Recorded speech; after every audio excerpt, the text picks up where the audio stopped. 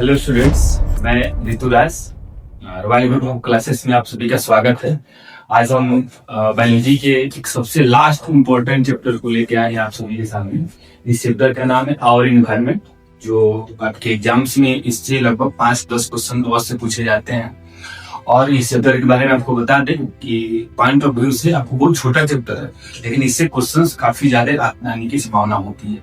जैसे इसमें आपको 10% लॉ है जो आपसे पूछे जाएंगे हर एक साल एग्जाम में। मैंने प्रीवियस ईयर का क्वेश्चंस भी देखे, तो उसमें भी इस के बारे में हमेशा इसकी चर्चा और ऐसे क्वेश्चन दिए जाते हैं। फूड चेन, इन सब क्वेश्चन पूछे जाते हैं।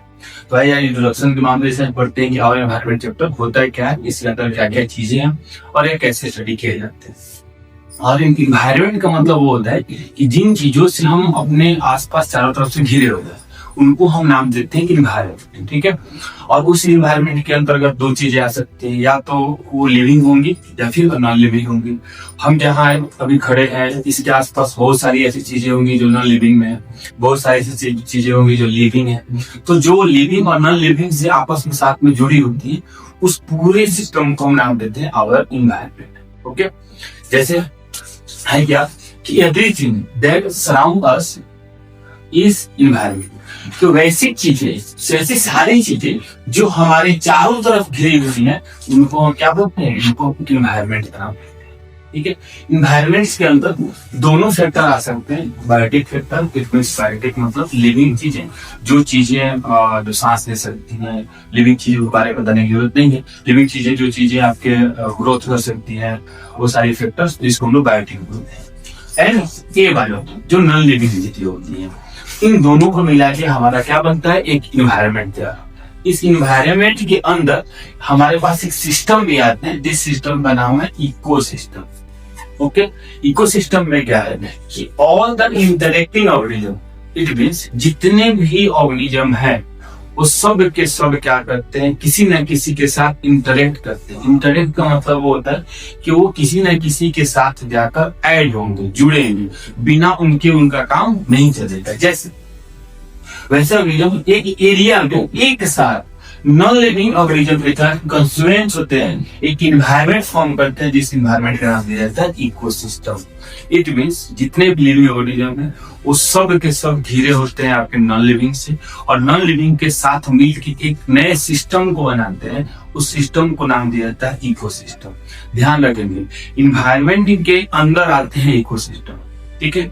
इकोसिस्टम में क्या है, जितने लिविंग ऑर्गेनिज्म है वो एक साथ जुड़ेंगे नॉन लिविंग के साथ, और नॉन लिविंग के साथ मिलकर एक वर्क करने के लिए एक सिस्टम बनाते हैं, जिस सिस्टम का नाम होता है इकोसिस्टम।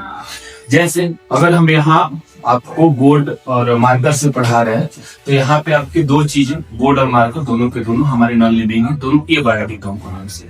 यहाँ पे हम लिविंग है, बाकी आपके सामने जो कैमरास है, आपके बोर्ड्स है, आपके मार्कर्स है, वो सब के सब क्या नॉन लिविंग है। इट मींस जितने लिविंग ऑर्गेनिज्म है वो अपने सिस्टम में सबके सब जुड़े होते हैं आपके नॉन लिविंग थिंग्स। बिना नॉन लिविंग के थिंग से जुड़े हुए हमारी कोई व्यवहार नहीं हो सकती। नेक्स्ट है क्या कि उसमें इकोसिस्टम में आके क्या क्या आ सकते हैं, फिजिकल कुछ फैक्टर भी आ सकते हैं। जैसे आपके टेम्परेचर भी क्या है, आपके फिजिकल फैक्टर है। अगर टेम्परेचर सही नहीं रहा तो भी आपकी लाइफ इस टाइम में अंदर आ सकती है। साथ में आपके रेनफॉल, वाइंड, सॉइल, मिनरल्स, ये सब की सब क्या है, ये बायोटिक कंपोनेंट्स हैं, ठीक है। तो अब हम इकोसिस्टम के बारे में पढ़ते हैं कि इकोसिस्टम को कितने पार्ट में डिवाइडेड किए गए। देखिए, इकोसिस्टम को दो पार्ट में डिवाइड किए गए हैं। फर्स्ट है, एक है नेचुरल, सेकेंड है आर्टिफिशियल। इट मींस वैसे सिस्टम जिसको इंसान ने खुद से बनाया। इट मींस खुद से नहीं बनाया, मतलब कहने का मतलब है कि बनाया तो नेचर नहीं है, लेकिन नेचर की बनाई हुई चीजों को इंसान ने अपने यूज के लिए अपने तरीके से जो बनाया उसी को नाम दिया गया आर्टिफिशियल इकोसिस्टम। एग्जाम्पल के तौर पे जैसे क्रॉप फील्ड, इट मींस जो खेती के लिए हमने जो खेत को तैयार करा, प्लॉइंग करना, खेत जोतना, उसमें फर्टिलाइजर डालना, उसमें खाद डालना, बीज डालना, ये सब के सब क्या है, सब के सब आपके ह्यूमन मेड। लेकिन ये सब ऑब्टेन कहाँ से हो रहा है, पूरे अर्थ को तो बनाया नेचर नहीं है, सॉइल को बनाया नेचर नहीं है, लेकिन उस बने हुए सॉइल को हम अपने यूज में लाते हैं, उसको हम लोग बोलते हैं आर्टिफिशियल। क्रॉप फील्ड हो गया। उसके अलावा हम चलेंगे, गार्डन भी हो गया, गार्डन है, पार्क है, पॉन्ड है, ये सब के सब आपके मैन मेड है, आर्टिफिशियल इकोसिस्टम इसके अंतर्गत है। नेक्स्ट है हमारा नेचुरल इकोसिस्टम।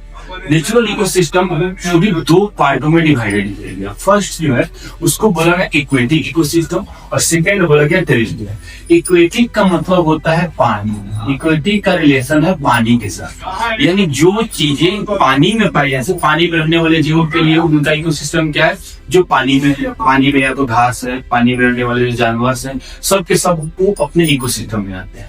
टेरेस्ट्रियल का मतलब होता है भूमि, जो जमीन के ऊपर जो सिस्टम बनते हैं उसको टेरेस्ट्रियल बोलते हैं, और जो पानी के अंदर होते हैं इकोसिस्टम उसको एक्वेटिक इकोसिस्टम बोलते हैं। टेरेस्ट्रियल भी एग्जांपल्स में आपके आ सकते हैं, जैसे फॉरेस्ट को तो इंसान ने नहीं बनाई, फॉरेस्ट को तो नेचर नहीं बनाई। फॉरेस्ट, डेजर्ट, ग्रासलैंड, माउंटेन, इन सब चीजों को ये सब सारे कहाँ पाए जाते हैं, टेरेस्ट्रियल पे पाए जाते हैं, भूमि पे पाए जाते हैं, और इनको बनाने वाले नेचर में। ठीक, नेक्स्ट है एक्वेटिक इकोसिस्टम को भी हमने दो पार्टों में डिवाइडेड कर दिया। एक डिवाइडेड किया मेराइन इकोसिस्टम और एक को डिवाइडेड किया हमने फ्रेश वाटर। मेराइन मीन्स होता है आपको खारा पानी, और खारा पानी कहाँ मिलते हैं, दो जगह पर मिलेंगे, या तो आपके सी में मिलेंगे और ओशियन में।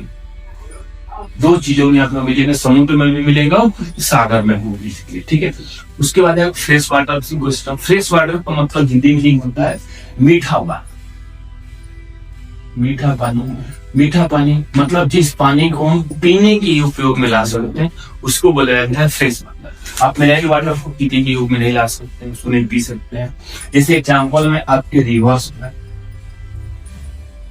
लेक हो गए, इन सब चीजों के पानी को हम पीने के यूज में ला सकते हैं। ठीक है, नेक्स्ट हमारा है कुछ कंपोनेंट्स है इकोसिस्टम। एक इकोसिस्टम के कौन से कंपोनेंट्स हो सकते हैं। पहला कंपोनेंट है कि ये बायोटिक, जो हमने ऊपर में लिखा हुआ है कि बायोटिक और ये बायोटिक से मिलकर हमारा इकोसिस्टम बनता है, हमारा एनवायरनमेंट बनता है। उसमें है ये बायोटिक कंपोनेंट सीधे नॉन लिविंग कर रहे हैं कि they are the non living components of an ecosystem such as light, temperature, water, soil, it is. ये सब के सब क्या है, आपके ये बायोटिक फैक्टर है जो आपके इकोसिस्टम के लिए रिस्पॉन्सिबल। इकोसिस्टम हमारा इन्हीं सब चीजों से मिलकर बनता है। हम लिविंग हैं तो हम अपना इकोसिस्टम बनाते हैं नॉन लिविंग के साथ भी मिलकर। सेकेंड है आपका biotic components. It means they are the living components such as plants, animal, bacteria, etc. जो चीजें लिविंग हैं उनको हम नाम देते हैं बायोटिक कंपोनेंट्स, जो नॉन लिविंग होते हैं उनको नाम देते हैं हम लोग एबायोटिक कंपोनेंट्स। नेक्स्ट वेस्ट और गार्बेज। वेस्ट या गार्बेज दोनों एक ही चीज, इसको हिंदी में कूड़ा और कचरा का नाम देते हैं। कर रहा है इट मीन्स यूज प्रोडक्ट, वैसे चीजें जिस प्रोडक्ट को हमने यूज कर लिया, यूज प्रोडक्ट। जैसे आप हम लोग भी भोजन करते हैं, हम लोग भी खाना खाते हैं, जो न्यूट्रिएंट्स हमारे बॉडी में यूज कर लिए जाते हैं और उनसे जो अनयूजफुल होते हैं उनको बाहर कर देते हैं, जो वेस्टेज है। काउ डंग वो भी आपके अनयूज है। जो प्रोडक्ट आपके लिए अनयूजफुल होते हैं, जब अनयूज होते हैं उन्हीं को हम वेस्टेज वगैरह का नाम देते हैं। जैसे अनवांटेड प्रोडक्ट, जिस प्रोडक्ट को हमको जरूरत नहीं है वो भी हमारे लिए क्या हो जाते हैं, वेस्ट हो जाते हैं। उसके बाद कैसे आपके एग्जाम्पल में भी है किचन वेस्ट, जो किचन से बहुत सारी चीजें निकलती है। जैसे आप क्या सब्जियां बनती, सब्जियां से निकलने वाली वेस्टेज है, प्याज कटते हैं, प्याज से निकलने वाली वेस्टेज है, चावल है, बहुत सारी ऐसी चीजें जो किचन से वेस्टेज होकर निकलती हैं। साथ में स्पॉइल फूड, जो खाने सड़ जाते हैं, जो खराब हो जाते हैं, उनको स्पॉइल फूड का नाम दिया जाता है। नेक्स्ट है कैटल फूड, कैटल वेस्ट, जैसे काउ डंग हो गया, ठीक है ना, गोट डंग हो गया, ये सब क्या है, ये सब जो वेस्टेज है। साथ में ड्राइड लीव्स, जो पत्तियां सूख जाती हैं वो भी किसी काम पे नहीं होती, वो भी हमारे लिए वेस्टेज।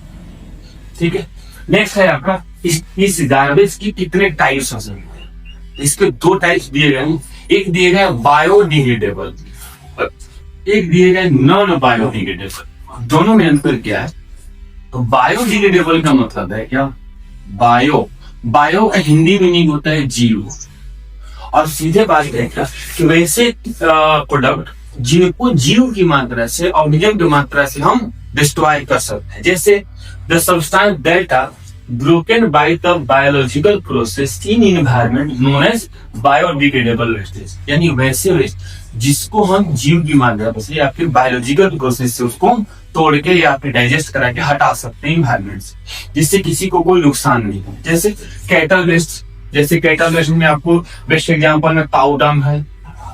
काऊ डंग ऐसे वेस्ट जिसको हम यूज में ला लेते हैं, उससे कोई नुकसान नहीं। वेजिटेबल वेस्ट जिसको हम ऑर्गेनिकली ऑलरेडी खाद बना लेते हैं। फूड वेस्ट इसको भी हम यूज में ला लेते हैं। फूड वेस्ट है, आसानी से डाइजेस्ट हो जाता है सही इन्वायरमेंट में। उसके ऊपर जो माइक्रोऑर्गेनिज्म आएंगे, माइक्रोऑर्गेनिज्म उसको खाओ खत्म कर। बचा क्या? कॉटन। कॉटन क्या है? आपको ये मिलने वाले प्लांट से प्रोडक्ट है, इसीलिए ये जल्दी आपके नेचर में डाइजेस्ट होते हैं। पता है जूट भी आपके प्लांट से मिलते हैं और ये आसानी से नेचर में डाइजेस्ट होते हैं। पेपर ये भी प्लांट से मिलते हैं। जो चीजें नेचर से मिली हुई हैं और वो आसानी से इन्वायरमेंट में डाइजेस्ट हो जाती है, उन्हीं को नाम दिया जाता है बायोडिग्रेडेबल वेस्ट। लास्ट है नॉन बायोडिग्रेडेबल, जो आसानी से इन्वायरमेंट में डाइजेस्ट नहीं हो पाए। जैसे कह रहा है in the substance that are not broken by the biological process, वैसे सब्सटेंस जो बायोलॉजिकल प्रोसेस में डाइजेस्ट नहीं हो पाता है उसको नाम देते हैं नॉन बायोडिग्रेडेबल वेस्ट। जैसे एग्जांपल के तौर पे कुछ एंजाइम्स सपोज है कि हमारे बॉडी में बायोस है, हमारे बॉडी में पेनिग्रेटिव जूस है, हमारे बॉडी में HCl है। इस सब किस्म क्या है? एक तरह से एंजाइम का वर्क है। याद रखेंगे, एंजाइम का मतलब होता है कि एंजाइम जहां पे भी आपको मिल रहा है, एंजाइम का एक ही वर्क ध्यान रखें कि वो किसी भी जिसके साथ जुड़ा रहेगा उसको ब्रेक डाउन करने का काम। एंजाइम का वर्क एक ही होता है कि जहां रहेगा किसी न किसी चीज को तोड़ देगा।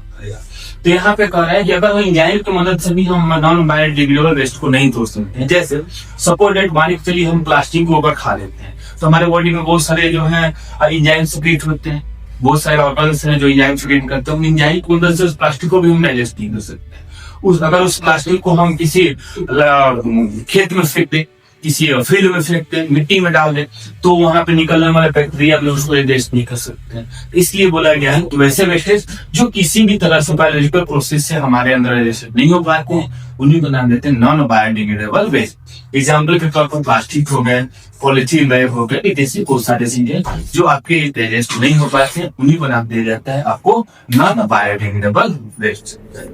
आई होप ये जो आज हमने पढ़ा ये आपकी समझ में आ गए होंगे। इसके आगे के जो टॉपिक्स है वो हम नेक्स्ट क्लास में स्टडी करेंगे। तो बच्चों सेकंड पार्ट के लिए आप लोग फटाफट से चैनल को सब्सक्राइब कीजिए।